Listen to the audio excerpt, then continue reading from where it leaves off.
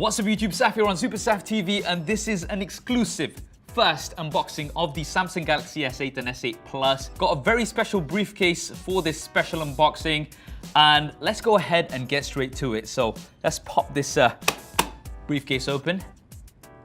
Ready for it, guys? There we have them.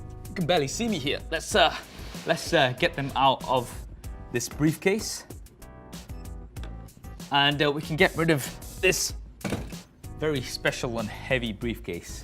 So there's one Samsung Galaxy S8 here, as well as 3 Samsung Galaxy S8 Pluses. And we've got 3 different colors here. There's the full black, there's the silver, as well as the orchid gray. Now there's gonna be the coral blue as well as the gold available in certain markets, but these are the colors that we're gonna be checking out for this video. Now first up, the display sizes. So the S8 has a 5.8-inch display. The S8 Plus has a massive 6.2-inch display. Now, these screens are massive, but the body size is quite similar to the S7 and S7 Edge that we had last year.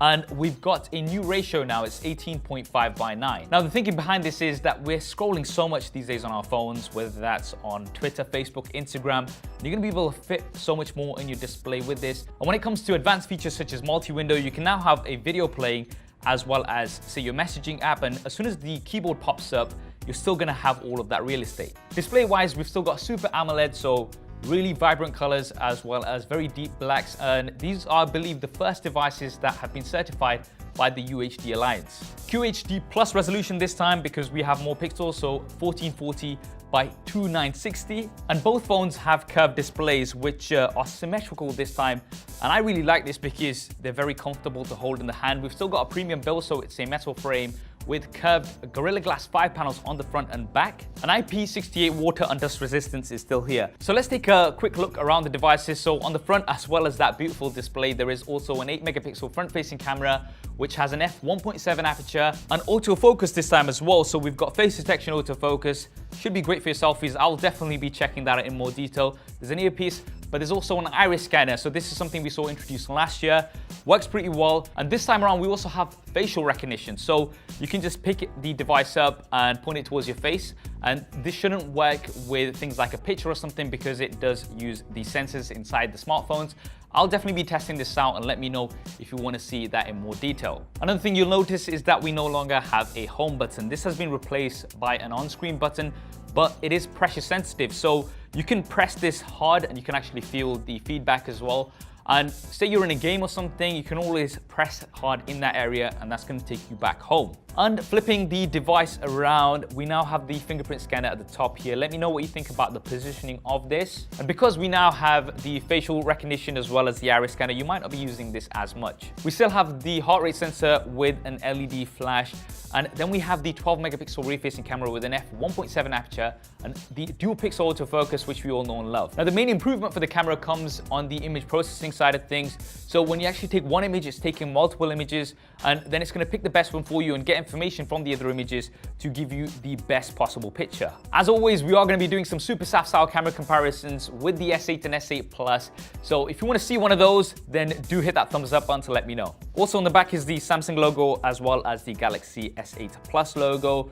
Now on the top is a SIM card tray, and this also has space for a micro SD card slot, but you do get 64 gigabytes here as standard, so you're already getting a decent base storage and you can always expand that if needed. Now moving on to the bottom, we have a USB Type-C port this time, and we still have fast charging as well as fast wireless charging. In terms of batteries, we have 3000 mAh on the S8 and 3500 mAh on the S8 Plus. The 3.5mm headphone jack is still here, and Samsung are going to be including some AKG headphones out of the box when we have the retail version of these, and there is a single bottom-facing speaker. On the right-hand side is a power button, and double pressing this will also launch the camera. This is something that we had on the physical home button last year, but because that's now been moved, we have it on the side here. And on the left hand side, we have a volume rocker, but there's also this special button. Now this is a dedicated button for Bixby, Samsung's AI assistant. Now with the dedicated Bixby button, you can launch it from anywhere, and you can also launch it while it's near your ear. So if you want to be kind of having a conversation,